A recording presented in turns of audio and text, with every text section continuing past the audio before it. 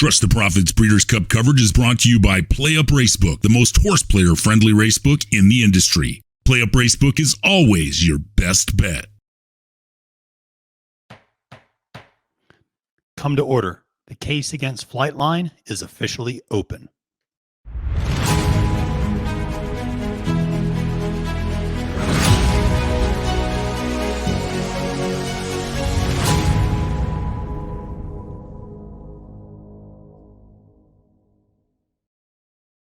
Salutations and welcome, horse racing fans. I'm your host for today's The Case Against. My name is Matthew DeSantis. Just a quick reminder to like and subscribe to the Trust the Profits YouTube page, and make sure to check out our sponsor, PlayUp Racebook. If you go and sign up and deposit at PlayUp Racebook today, you will receive a 50% deposit bonus for up to $250. Additionally, for the Breeders' Cup, they are running a particular special where if you deposit $100 or more, they will give you an additional $25 free wager. Make sure to check out PlayUp Racebook, and many thanks to them for supporting Trust the Profits. Today, we are going to be kicking off a new Breeders' Cup only edition of a show and segment called The Case Against, where we go against some of the biggest favorites this week on the Breeders' Cup card. And of course, there is no bigger favorite to go against than the favorite that we're going to see in the Classic, the potential horse of a lifetime, Flightline. So what we're going to do here is simply pick apart some of these top favorites and give you some reasons to contemplate and consider why maybe betting against these favorites is a good thing to do. It's something that I think all of us naturally do every single time we handicap a card. We look at a favorite and then we try to nitpick those favorites. I think when it comes to the Breeders' Cup, we get very emotionally attached to these horses, and sometimes we just want to go with a horse we like, or a story we like, or a narrative we like, and we sometimes ignore some of the potential red flags. And so this series is meant to give you some quick little snippets about why you should be going against a favorite such as Flightline. So let's go to the case against Flightline. So I think there are three big takeaways that you should consider when playing against Flightline here in the Breeders' Cup Classic. The first is the caliber of competition. This is a horse that obviously has had a limited number of races, but in those races, you could make a very compelling argument that there has not been significant competition, or not nearly the same level of competition he is going to be facing on Saturday at Keeneland. The horses that really highlight this, the best horses he's beaten, horses like Speaker's Corner, Country Grammar, Happy Saver. These are all horses that do not have elite status, elite pedigree, elite production. Speaker's Corner has come out of those races this summer against Flightline and Life is Good and looked like a shell of his former self. And before you say, well, that's because Flightline snatched his soul. Well, if you actually go back and look at Speaker's Corner's record, he's beating horses like Reinvestment Risk, who went up to Saratoga and laid an egg after that race as well. So the caliber of competition that even Speaker's Corner was facing is questionable.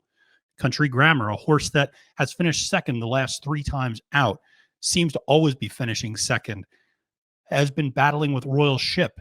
And after the Awesome Again Stakes, a race that was set up for him to win, is so tired that he's skipping the Breeders' Cup Classic because he's not in particularly good form.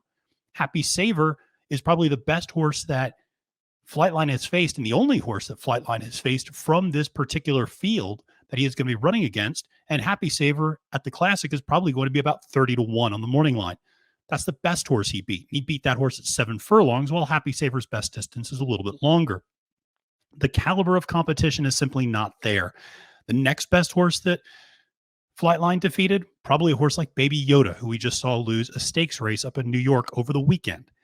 So now suddenly he's going to be facing Life is Good, Epicenter, Taba, Olympiad, Hot Rod Charlie. These are significantly better horses than those that he faced to this point in his career.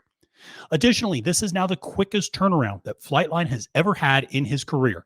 The notoriously carefully managed horse that honestly, it feels like the connections are just keeping him bubble wrap in between races. Previously, the shortest turnaround was 84 days, nearly 3 months between races. This time, the gap between the Pacific Classic and Keeneland is only going to be 63 days, so almost a month shorter turnaround time. Now, while there's no doubt that Flightline looks fresh in workouts at Keeneland and at Santa Anita, this is certainly something to consider, that this horse is being wheeled around on a quicker timetable than he has ever dealt with before. And the final case against Flightline is, quite frankly, the lack of success California horses have had at Keeneland.